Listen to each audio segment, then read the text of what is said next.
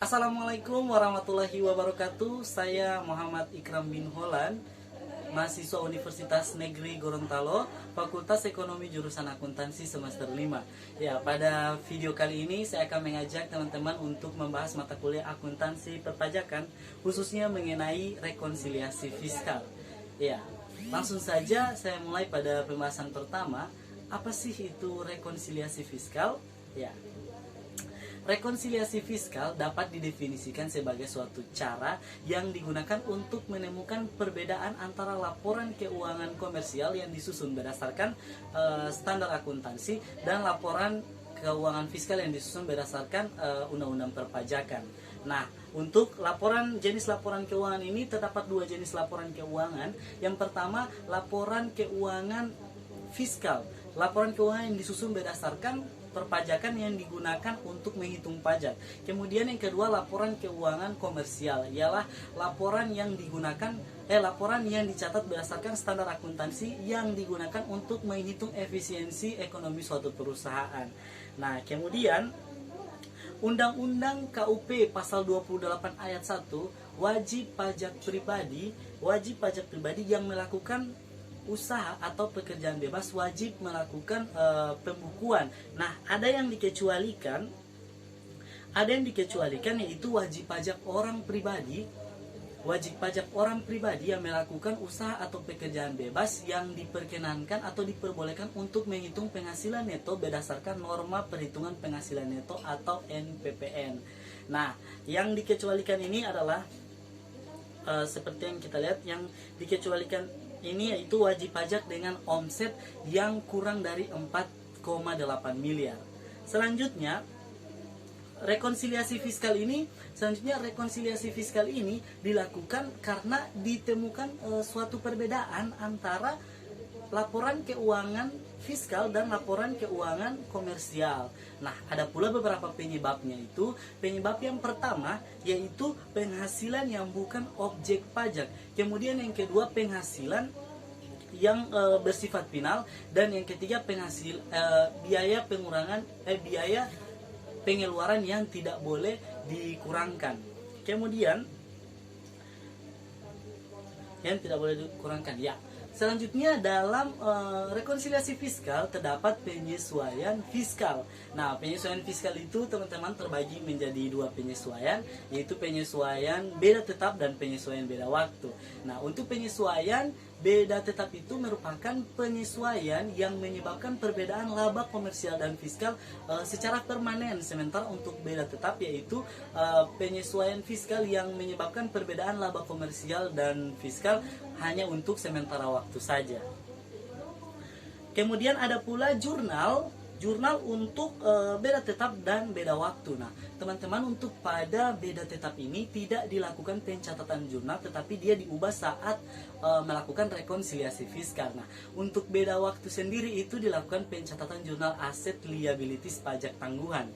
Apabila aset pajak tangguhannya beda temporer, maka dia menghasilkan koreksi positif. Dan apabila liabilities pajak tangguhannya beda temporer, dia menghasilkan pajak yang negatif, koreksi fiskal yang negatif maksud saya. Selanjutnya di sini kita lihat ada jenis beda tetap. Jenis beda tetap itu terdapat 3 jenis, yaitu yang pertama, penghasilan menurut PPh bukan objek pajak. Penghasilan yang menurut PPh bukan objek pajak yaitu contohnya dividen dengan kepemilikan minimal 25%. Yang kedua, penghasilan menurut PPh yang sudah dikenakan PPh final. Contohnya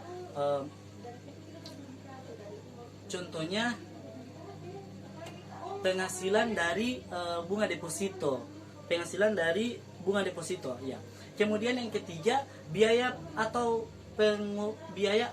pengeluaran yang tidak bisa dikurangkan. Biaya atau pengeluaran yang tidak bisa dikurangkan menurut PPh, contohnya kepentingan pribadi. Selanjutnya, untuk jenis beda waktu. Untuk jenis beda waktu itu teman-teman ada 4 jenis. Yang pertama, penyusutan, yang kedua amortisasi, yang ketiga penyisihan, dan yang keempat itu selisih kurs. laba rugi selisih kurs. Kemudian di dalam melakukan rekonsiliasi fiskal juga ada yang namanya koreksi fiskal. Nah, koreksi fiskal itu dibagi menjadi dua, teman-teman, yaitu koreksi fiskal positif dan koreksi fiskal negatif. Namun sebelumnya, rekonsiliasi fiskal itu bertitik tolak dengan laba komersial yang dibuat oleh wajib pajak. Dan laba yang dibuat oleh komersial ini akan dilakukan koreksi fiskal sehingga menghasilkan laba fiskal atau penghasilan neto. Nah, tadi saya sudah sebutkan bahwa koreksi fiskal ini dibagi menjadi dua macam koreksi, yaitu koreksi positif dan koreksi negatif. Untuk koreksi positif itu sendiri, itu merupakan penyesuaian fiskal yang menambah penghasilan neto. Sementara untuk koreksi negatif ialah penyesuaian fiskal yang mengurangi penghasilan neto. Nah, untuk koreksi negatif ini teman-teman, untuk koreksi positif dulu ya. Untuk koreksi positif ini itu umumnya disebabkan oleh biaya-biaya yang tidak diperkenankan sebagaimana dalam pasal 9 Undang-Undang PPH. Dan untuk koreksi negatif itu disebabkan oleh pendapatan yang lebih besar, pendapatan komersial yang lebih besar dibandingkan pendapatan fiskal, dan biaya-biaya komersial lebih kecil dibandingkan biaya fiskal. Selanjutnya koreksi fiskal positif itu dikelompokkan menjadi beberapa kelompok. Yang pertama, biaya yang dibebankan untuk kepentingan pemilik atau pemegang saham, sekutu atau anggota. Yang kedua, sebagai pemupukan dana cadangan. Yang ketiga, pemberian imbalan pekerjaan berupa natura. Yang keempat, pajak penghasilan. Yang kelima, harta yang dihibahkan, yaitu sumbangan. Yang keenam, jumlah yang melebihi kewajaran. Yang ketujuh, gaji yang diberikan kepada anggota persekutuan. Yang kedelapan, sanksi administrasi perpajakan. Yang kesembilan, selisih penyusutan komersial di atas penyusutan fiskal. Yang kesembilan, selisih amortisasi komersial di atas amortisasi fiskal. Yang terakhir yaitu biaya yang ditangguhkan pengukuhannya. Selanjutnya ada juga 4 penyebab dari koreksi negatif. Yang pertama itu disebabkan oleh penghasilan yang dikenakan PPH tetapi termasuk dalam peredaran usaha. Yang kedua, penghasilan yang tidak termasuk objek PPH tetapi termasuk dalam peredaran usaha. Dan selanjutnya yang ketiga yaitu selisih penyusutan atau amortisasi komersial di bawah penyusutan amortisasi fiskal. Kemudian yang terakhir, penyesuaian fiskal negatif lainnya. Ya, selanjutnya ada juga langkah-langkah yang digunakan untuk melakukan rekonsiliasi fiskal. Yang pertama, kita harus mengenal lebih dulu penyesuaian fiskal yang akan kita perlukan. Kemudian yang ketiga, kita menganalisa setiap elemen-elemen untuk menentukan pengaruhnya terhadap penghasilan kena pajak. Yang ketiga, kita mengoreksi fiskal dengan memantau angka koreksi fiskal positif dan koreksi fiskal negatif. Yang kelima, kita menyusun laporan neraca sebagai lampiran SPT tahunan pajak penghasilan. Nah, selanjutnya kita menghitung PPH terutang. Nah, cara menghitung PPH terutang, kita mengalihkan penghasilan kena pajak dengan PPH badan, maka kita akan memperoleh PPH terutang. Kemudian untuk memperoleh penghasilan kena pajak itu kita mengurangi penghasilan neto fiskal dengan kompensasi jika ada. Selanjutnya ada tarif PPH badan. Tarif PPH badan ini ada dua, yaitu peredaran bruto lebih dari 50 miliar, di mana peredaran bruto yang lebih dari 50 miliar ini dikenakan tarif 25% sesuai ketentuan umum tanpa fasilitas. Kemudian yang kedua, peredaran bruto hingga 50 miliar. Peredaran ini dikenakan tarif fasilitas sebesar 50%. Nah, terdapat dua perhitungan peredaran bruto. Yang pertama, peredaran bruto kurang atau sama dengan 4,8 miliar, perhitungannya yaitu 50% dikalikan 25% dikali penghasilan kena pajak.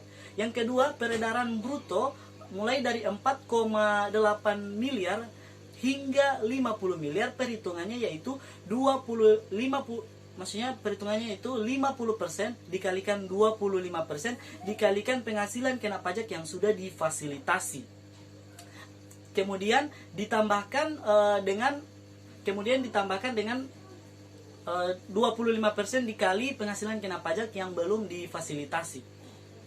Itu untuk tarif PPh badan. Selanjutnya ada alur untuk kita memperoleh pajak atau PPh kurang atau lebih bayar.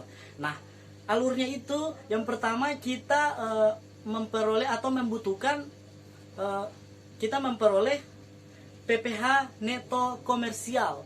Setelah kita memperoleh PPh neto komersial, kita melakukan rekonsiliasi fiskal. Nah, saat melakukan rekonsiliasi fiskal, kita akan memperoleh PPh neto fiskal.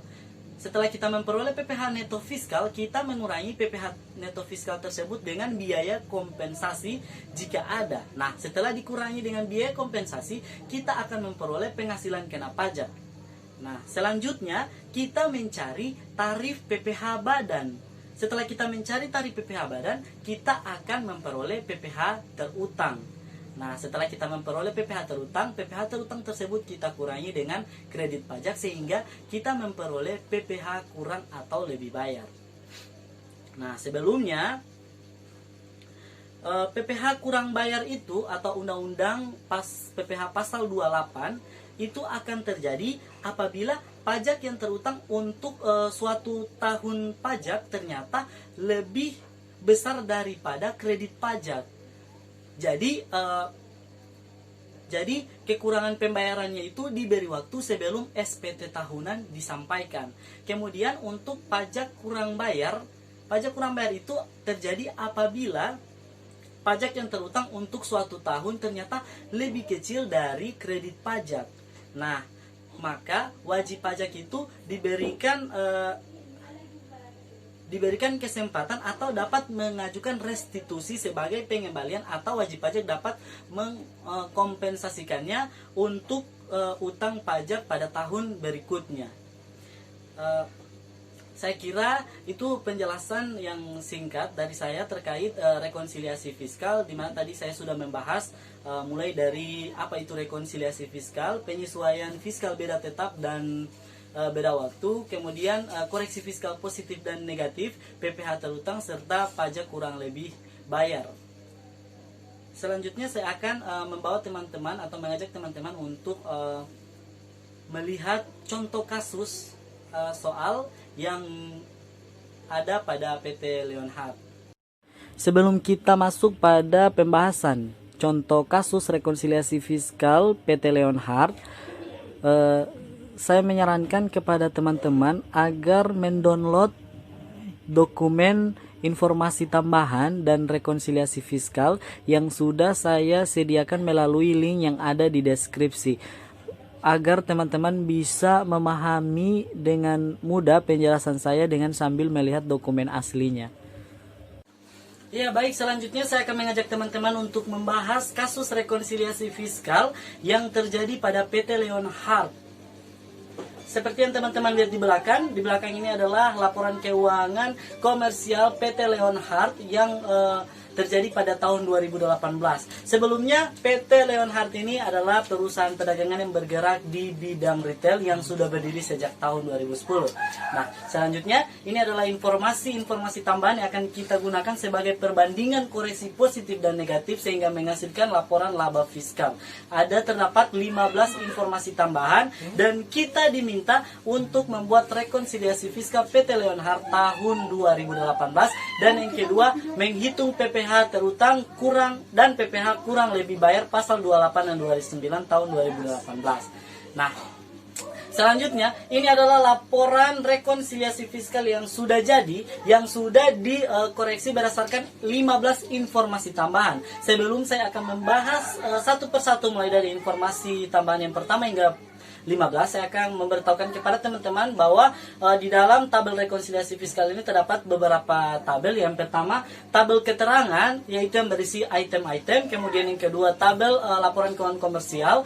Dan yang ketiga adalah tabel atau kolom koreksi positif dan negatif. Dan yang terakhir adalah tabel laporan komersial. Baik, selanjutnya langsung saja kita mulai pada informasi tambahan yang pertama, yaitu informasi tambahan yang pertama, di dalam pembelian itu barang termasuk PPN. Nah, itu dilakukan koreksi sebesar 10% karena menurut Undang-Undang Perpajakan pembelian itu tidak boleh memakai PPN. Nah, jadi kita melihat jumlah pembelian yang ada pada laporan keuangan komersial itu sebesar 22 miliar. Karena dilakukan koreksi, maka dia dikalikan sebesar 110% sehingga menghasilkan koreksi sebesar 2 miliar dan menghasilkan laporan fiskal sebesar 20 miliar. Selanjutnya kita masuk pada informasi tambahan yang kedua, yaitu di dalam penjualan itu termasuk PPN. Nah, sama seperti tadi, dalam menurut Undang-Undang Perpajakan, dalam penjualan itu dalam Undang-Undang Peraturan Perpajakan penjualan itu tidak boleh memakai PPN. Nah, jadi ini dilakukan koreksi sebesar 110%. Nah, selanjutnya kita melihat penjualan pada laporan keuangan komersial sebesar 44 miliar. Kita lakukan koreksi sebesar 110% dan menghasilkan koreksi sebesar 4 miliar. Sehingga hasil atau laporan fiskalnya yaitu sebesar 40 miliar. Nah, selanjutnya kita masuk pada informasi tambahan yang ketiga, yaitu dalam beban gaji dan tunjangan ada pemberian kepada karyawan dalam bentuk bahan makanan seharga 125 juta. Nah, bahan makanan ini termasuk natura, jadi tidak boleh dibebankan menurut pajak, sehingga dia dilakukan koreksi positif. Sehingga kita melakukan koreksi pada beban gaji dan tunjangan sebesar 125 juta sehingga dan menghasilkan laporan fiskal sebesar 1.775 juta. Selanjutnya kita masuk pada informasi tambahan yang keempat, yaitu baju seragam merupakan baju security. Baju security adalah baju yang sangat diperlukan dalam suatu perusahaan agar kita bisa mengenal security. Baju seragam security juga itu sangat penting, jadi dia dibebankan, jadi tidak dilakukan koreksi fiskal. Selanjutnya kita masuk pada informasi tambahan yang kelima, yaitu uang penggantian pengobatan dibayar dengan sistem penggantian uang.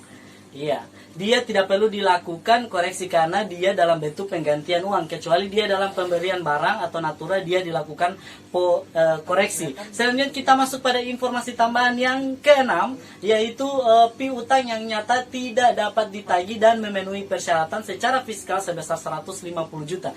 Nah, kita lihat pada laporan rekonsiliasi ini, kita lihat cadangan kerugian piutang tak tertagih yaitu 216 juta dan laporan fiskalnya sebesar 150 juta sehingga koreksi fiskalnya sebesar 66 juta. Dalam menurut rekonsiliasi fiskal, sifat pencadangan ini tidak dibebankan.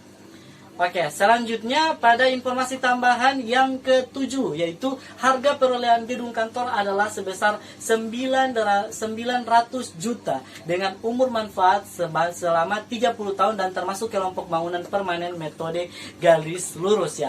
Fiskal pada bangunan ini yaitu bangunan seperti kita tahu masa manfaatnya itu dalam kelompok 2 kalau nggak salah itu sebesar 20 tahun. Jadi 9 miliar dibahagi masa manfaat sebesar 20 tahun yang menghasilkan 45 juta selisih.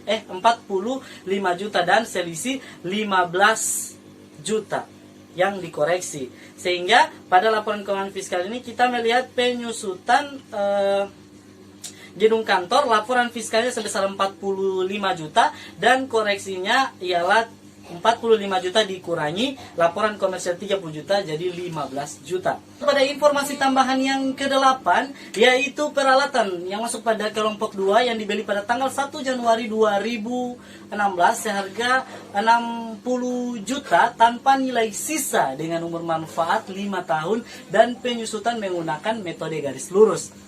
Ya. Penyusutan fiskal yaitu sebesar 60 juta dibahagi masa manfaat pada kelompok 2 yaitu sebesar 8 tahun yang menghasilkan laporan keuangan fiskal sebesar 7.500.000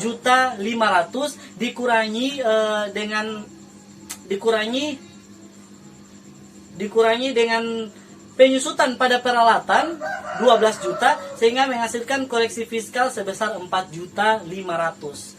Ya. Selanjutnya kita masuk pada informasi tambahan yang ke-9 yaitu kendaraan dan inventaris masing-masing dibeli dengan harga 120 juta dan 40 juta pada tanggal 1 Januari 2016. Masa manfaat kedua aset tersebut 8 tahun dengan metode garis lurus, sedangkan untuk kepentingan fiskal dilaporkan dengan ketentuan kendaraan termasuk kelompok 2 dan inventaris termasuk kelompok 1. Ya, menurut fiskal kendaraan kelompok 2 investasi kelompok 1, jadi perlu dikoreksi. Kalau kendaraan 8 tahun menurut fiskal dan komersial sama. Metode sama garis lurus tanpa nilai sis. Metode sama tanpa garis lurus dan saya ulangi, metode sama yaitu metode garis lurus dan tanpa nilai sisa. Jadi tidak ada koreksi untuk kendaraan. Sementara untuk investasi kelompok 1 jadi dia 4 tahun. Jadi jumlah pembeliannya atau harga pembelian sebesar 40 juta dibahagi 4 menurut fiskal yaitu menghasilkan 10 juta. Jadi kita koreksi sebesar 5 juta. Teman-teman bisa lihat pada tabel atau laporan rekonsiliasi itu untuk penyusutan inventaris yaitu pada laporan komersial terdapat 5 juta dan laporan fiskal 10 juta. Dan 10 juta dikurangi 5 juta menghasilkan koreksi fiskal sebesar 5 juta. Selanjutnya kita masuk pada informasi tambahan yang ke-10 yaitu terkait sanksi administrasi perpajakan yang merupakan bunga dibayar atas keterlambatan pembayaran pajak. Ya, dilihat dari soal sanksi bunga yaitu kita melihat pada laporan keuangan komersial sanksi bunga yaitu sebesar 9.600.000 ya. Apapun jenis sanksinya baik bunga menurut undang-undang PPh itu tidak dibebankan, maka semuanya harus kita koreksi sebesar 9.600.000 sehingga pada laporan keuangan fiskal menjadi 0. Selanjutnya kita masuk pada laporan atau kita masuk pada informasi tambahan yang ke-11 yaitu beban kendaraan merupakan beban BBM dan perawatan sedan milik perusahaan. Iya, untuk beban penyusutan telepon dan kendaraan perusahaan, beban penyusutan hanya dilakukan sebagian atau 50%. Jadi untuk kita lihat pada laporan komersial yaitu penyusutan beban kendaraan sebesar 128 juta dikalikan 50% sehingga menjadi 64 juta pada laporan keuangan fiskal dan pada koreksi yaitu 64 juta. Dibagi 2 ya, 128 juta dibagi 2 menjadi 64 juta. Ya, kemudian kita masuk pada informasi tambahan yang ke-12 yaitu terkait biaya entertainment yang tidak ada daftar nominatifnya yaitu sebesar 12 juta. Sebesar 12 juta. Ya, karena tidak ada daftar nominatinya, jadi 12 juta yang kita koreksi jadi yang kita koreksi itu sebesar 12 juta. Jadi menurut fiskal yang ada nominatinya yaitu sebesar 3 juta. Teman-teman bisa melihat yaitu biaya entertainment sebesar 15 juta dan kita masukkan koreksi fiskal sebesar 12 juta sehingga menghasilkan laporan fiskal sebesar 3 juta. Selanjutnya untuk informasi tambahan dari 13, 14, dan 15 itu tidak dilakukan perbandingan karena untuk kompensasi itu dia akan digunakan atau dipakai sebagai pengurangan untuk menemukan penghasilan kena pajak. Dan untuk informasi tambahan ke-14 dan 15 terkait PPh pasal 25 dan PPh pasal 22 serta 23 itu digunakan untuk sebagai kredit pajak sehingga menghasilkan PPh kurang atau lebih bayar. Ya, selanjutnya sebelum teman-teman untuk menjumlah hasil dari laporan fiskal yaitu HPP, laba kotor untuk biaya total biaya usaha, total laba usaha. Sebelumnya kita ada 3 lagi yang akan kita koreksi yaitu penghasilan dan biaya luar usaha, yaitu penghasilan bunga deposito dan penghasilan dividen saham 20% serta penghasilan sewa bangunan Nah, untuk deposito itu dikenakan final karena dia termasuk penghasilan kena pajak, jadi dia dikoreksi seluruhnya karena menurut fiskal dia bukan sebuah penghasilan. Jadi koreksi fiskal pada penghasilan bunga deposito yaitu 140 juta sehingga pada laporan fiskal menjadi 0. Nah, kemudian untuk penghasilan dividen itu tidak dikoreksi karena masih di bawah 20%, kecuali dia di atas 25% maka dia akan dikoreksi semua. Jadi untuk penghasilan dividen saham itu tidak dilakukan koreksi sama sekali sehingga pada laporan keuangan fiskal itu tetap sama yaitu 170 juta. Dan selanjutnya yang terakhir untuk penghasilan sewa bangunan, sama penghasilan sewa bangunan ini termasuk juga penghasil kena pajak. Jadi dia dilakukan koreksi secara keseluruhan yaitu 180 juta sehingga pada laporan keuangan fiskal itu menjadi 0. Selanjutnya, sebelum kita menghitung penghasil kena pajak dan kita mencari PPh kurang atau lebih bayar, teman-teman menjumlahkan dulu dari HPP atau laba kotor pada laporan keuangan fiskal, kemudian teman-teman kurangi dengan biaya atau total biaya atau total laba usaha atau total biaya usaha sehingga menemukan total laba usaha yaitu sebesar 17.004.500. Nah, kemudian teman-teman tambahkan dengan penghasilan luar usaha sebesar 170 juta dan menghasilkan laba bersih sebesar 17 miliar 174 juta 500. Setelah teman-teman memperoleh laba bersih pada rekonsiliasi fiskal untuk PT Lengan Hartini, teman-teman kembali kepada informasi tambahan 13 yaitu kompensasi kerugian tahun sebelumnya yang dapat dikompensasikan yaitu sebesar 500.000. Nah, kompensasi ini dikurangi dengan laba bersih untuk menghasilkan penghasil kena pajak yaitu teman-teman bisa lihat di sini laba bersih sebesar 17 miliar 174 juta 500 dikurangi biaya kompensasi sebesar 500 juta sehingga menghasilkan penghasilan kena pajak sebesar 16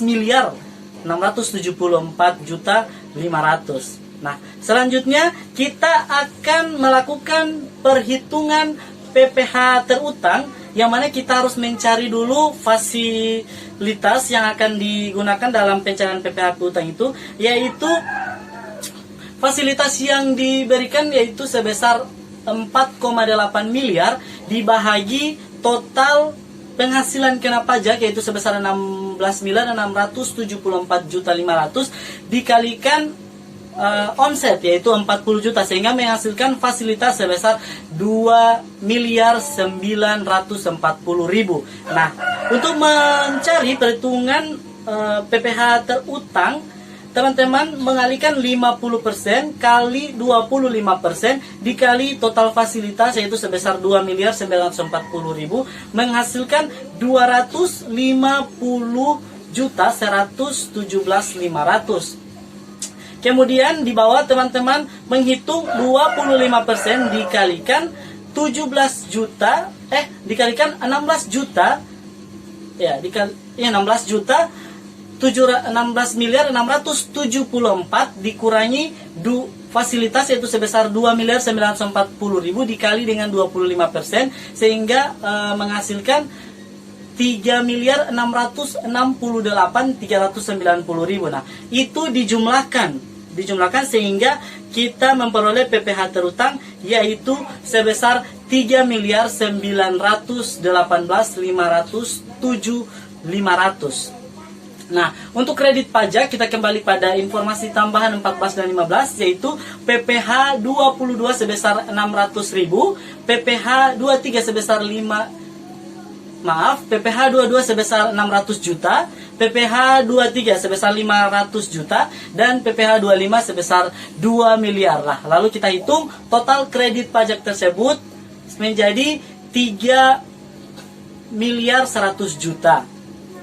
Kemudian kita kurangi dengan total PPh terutang, sehingga kita memperoleh PPh kurang lebih bayar sebesar 818.507.500 Sekian penjelasan terkait latihan soal rekonsiliasi fiskal yang dapat saya jelaskan kepada teman-teman sekalian, yang mana dalam hal ini merupakan rekonsiliasi fiskal PT Leonhard yang bergerak di bidang perdagangan retail yang sudah berdiri sejak tahun 2010.